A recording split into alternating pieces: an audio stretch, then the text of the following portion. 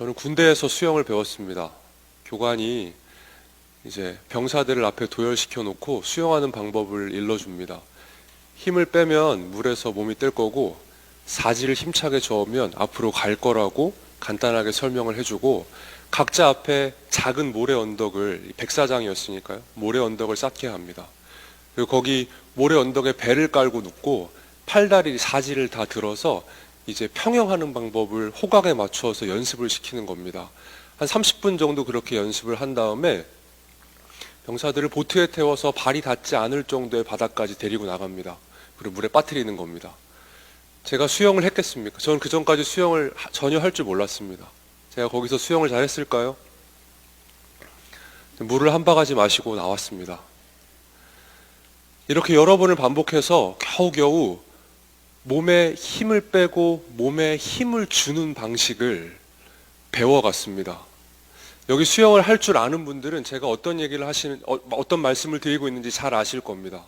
근데 수영을 할 줄 모르는 분들은 몸에 힘을 빼고 몸에 힘을 주는 걸 이해하실 수 없을 겁니다. 말이 안 되는 이야기입니다. 무언가를 안다는 것은 단순히 우리가 머리로 아는 것, 우리의 말로 해서 아는 것을 넘어 우리의 경험적인, 실존적인 알을 필요로 합니다. 그게 진정한 알입니다. 예수를 아는 일도 마찬가지입니다. 우리가 예수를 안다고 얘기하고 내 주 예수를 나의 구주로 영접한다고 말할 수 있습니다. 그러나 그분을 진정으로 아는 것은 사실 신앙생활을 해가며 신앙의 여정을 걸어가며 그분을 경험하고 그분을 실존적으로 만나는 것을 지나서야 정말 그분을 점점 알아가게 되는 것입니다. 오늘 저희가 읽은 본문 바로 앞에서 마가복음 8장에서 베드로는 가이사랴 빌립보에서 그 유명한 고백을 합니다. 예수님께서 너희는 나를 누구라 하느냐라고 물으시죠. 그리고 베드로는 대답합니다. 주는 그리스도이십니다. 다른 병행 본문들에서는 주는 그리스도이시고 살아계신 하나님의 아들이라고 고백을 합니다. 베드로는 예수가 어떠한 분이신지를 안다고 하지만 사실 예수가 어떠한 분이신지를 경험적으로 알지는 못했습니다. 바로 뒤이어서 예수님께서 내가 고난을 받고 십자가에 달릴 것이다. 그래서 죽을 것이다 라고 말씀을 하시는데 베드로는 그 앞에서 예수님을 막아섭니다. 그럴 수 없습니다, 예수님. 베드로는 그 자리에서 사탄이 됩니다. 사탄아 물러가라. 네가 하나님의 일은 생각하지 않고 사람의 일만 생각하고 있다. 그 일 후에 엿새가 지났습니다. 그게 오늘 본문의 2절에 나오는 시작입니다. 마가는 보통 새로운 에피소드를 시작할 때 예수님께서 어떤 지역에 가셨다 혹은 지금 어떤 절기를 지나고 있다 라고 얘기할 뿐이지 며칠이 지났다는 이야기는 거의 하지 않습니다. 신약 성경이 본래 쓰여졌을 때 장절이 구분되지 않은 상태로 쭉 이어진다는 것을 저희가 염두에 둔다면 앞에 나왔던 바로 직전에 나왔던 예수님에 대한 베드로의 고백 이후에 이 이야기가 연속되고 있는 겁니다. 하나님 이렇게 해야 됩니다. 이런 기특한 이야기를 하기 전에 예수를 만난 이들이 첫 번째로 보여야 하는 태도는 몹시 두려워하는 겁니다. 하나님의 영광을 마주한 자들은 그 하나님의 영광 앞에서 두려워 떨게 되어 있습니다. 마태복음의 병행 본문에서는 이 예수 그리스도의 영광을 마주한 제자들이 심히 두려워 엎드려 일어나지 못하고 있음을 묘사합니다. 여러분 거대한 자연을 보신 적이 있습니까? 미국은 워낙에 이 큰 커다란 땅덩이에 거대한 자연들이 많아서 그런 데를 이렇게 관광해 보신 경험이 있을 겁니다. 저도 미국에 와서 나이아가라 폭포라는 데를 가봤습니다. 그 밑에 가가지고 그 거대한 물줄기가 쏟아지는데 그 장엄한 광경 앞에서 무슨 말을 잇지를 못했습니다. 그걸 어떻게 말로 표현할 수가 없었던 겁니다. 근데 우리 하나님은 그 나이아가라 폭포를 말씀으로 지으신 분입니다. 거대한 폭풍우가 인간이 되셨습니다. 세상을 다 한 번에 태울 수 있는 그 거대한 불이 육신을 입으셨습니다. 세상의 모든 찬란한 빛을 다 모아두어도 더 밟을 수 없는 그 광채를 가지신 예수가 지금 내 앞에 계십니다. 그 예수 앞에 인간이 보여야 할 마땅한 반응이 무엇입니까? 두려워 얼굴을 쳐들지 못하고 벌벌벌 떠는 겁니다. 예수 앞에 기특한 이야기를 먼저 하는 것 아니라 고개를 땅에 박아 들지 못하고 벌벌벌 떨며 아무 말도 하지 못하고 경이감에 사로잡히는 것, 그게 예수를 만난, 하나님의 영광을 만난 사람들의 반응이었습니다. 오늘 주 안에 한몸된 지체 여러분, 여러분들이 이러한 하나님의 영광을 경험했던 것이 언제입니까? 여러분들 예배에 나올 때마다 이 거룩하신 하나님의 영광을 경험하고 계십니까? 우리 교회 이 KCPC는 그 하나님의 거룩하신 영광 앞에 서 있는 교회가 맞습니까? 그래야 세상을 두려워하지 않고 하나님을 두려워하는 사람들이 됩니다. 그래야 하나님보다 앞서가지 않고 하나님을 두려워하는 교회가 됩니다. 그래야 하나님 한 분만 의지하고 내 확신에 가득 찬 인생이 되지 않습니다.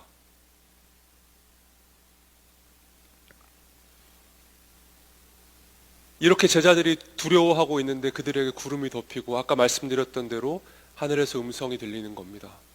이는 내 사랑하는 아들이다. 너희는 그의 말을 들으라. 주님 앞에 먼저 해야 될 일은 두려워하며 엎드려 그의 말을 먼저 듣는 겁니다.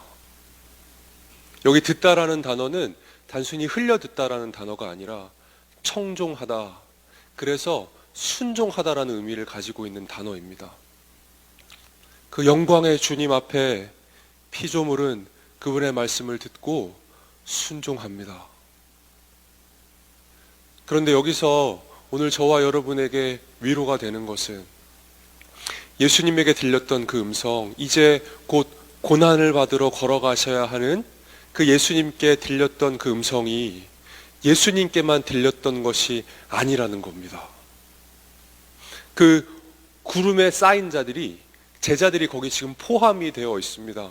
제자들은 오늘 저희가 가진 것처럼 이 완전한 성경을 가지고 있지 않았기 때문에 그 의미를 완전히 알지 못했겠지만 오늘 저희는 알고 있습니다. 로마서 8장 16절의 말씀을 제가 읽어드리겠습니다.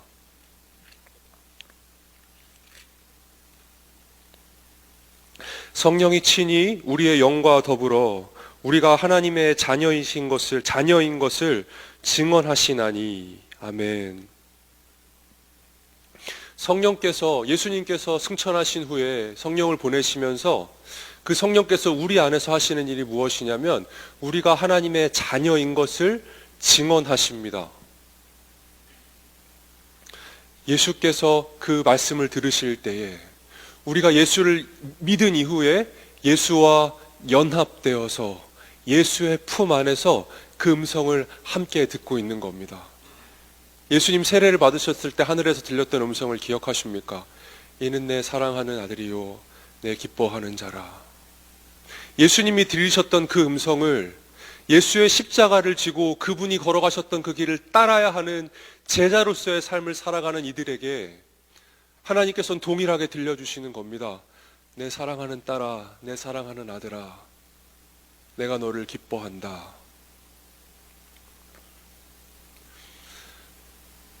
고난의 길을 걷고 있는 성도들에게 하나님께서는 자주 이렇게 이야기하십니다.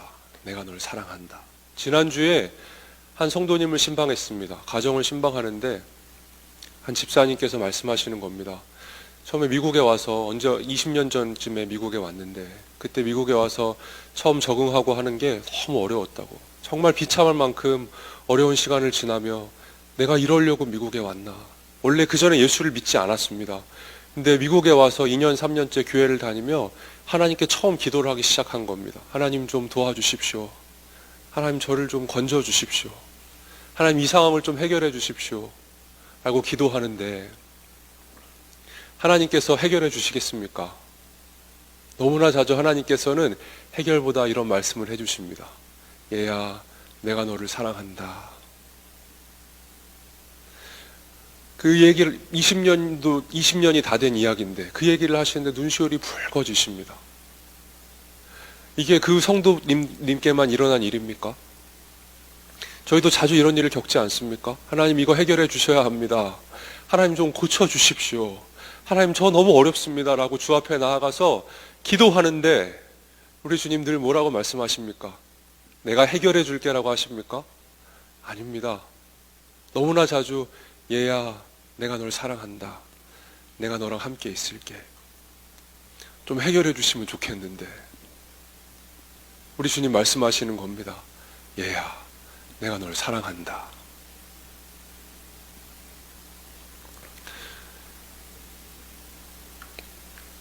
그 이후에 오늘 결론이 8절에서 결론이 납니다. 저는 8절이 너무 좋습니다. 눈물이 날 만큼 좋습니다.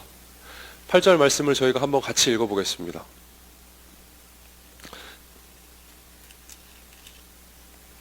문득 둘러보니 아무도 보이지 아니하고 오직 예수와 자기들 뿐이었더라. 아멘. 문을 들었는데 아무도 없는 겁니다. 내 앞에, 내 앞뒤로 정말 한 걸음도 어디로 걸어갈지 모르겠고 어디로 한 걸음 걸어갈 곳이 없고 정말 하나님께서 이 모세를 통해 내 앞에 있는 홍해를 갈라주셨으면 좋겠다고 생각하는데 모세가 사라지고 없습니다. 450대 1로 싸우는 것 같이 너무나 진퇴양난의 상황에 서 있는데 내가 지금 그런 그 절체절명의 전투를 해야 되는 상황 가운데 있는데 그 전투에서 이기게 해줄 엘리야도 사라지고 없습니다. 그리고 내 앞에 누가 계십니까? 예수 한 분이 계시는 겁니다. 그래서 우리의 신앙의 선배들이 이렇게 노래했나 봅니다. 주 안에 기쁨 누림으로 마음의 풍랑이 잔잔하니 세상과 나는 간 곳 없고 구속한 주만 보이도다. 우리의 신앙의 걸음을 다 걸어간 뒤에 우리가 뒤를 돌아보면 그때서야 알게 될 겁니다. 내가 걸어왔던 그 고난의 길의 한가운데 영광이 있었다는 걸. 우리의 신앙을 다 걸어간 뒤에 우리가 예수를 정말 깊이 알게 되며 우리는 고백할 겁니다. 내가 신앙의 십자가의 고난의 길을 걸어오며 나보다 먼저 앞서가신 예수를 닮는 영광을 경험했다는 것. 마치 힘을 빼고 힘을 주는 수영을 하면서야 배우게 되듯 예수를 그렇게 믿다가 하나님의 사랑의 그 깊이와 넓이와 길이를, 높이를 더 깊이 알게 되시는, 그래서 예수를 더 깊이 사랑하게 되시는 성도님들 되시기를 주님의 이름으로 축원을 드립니다.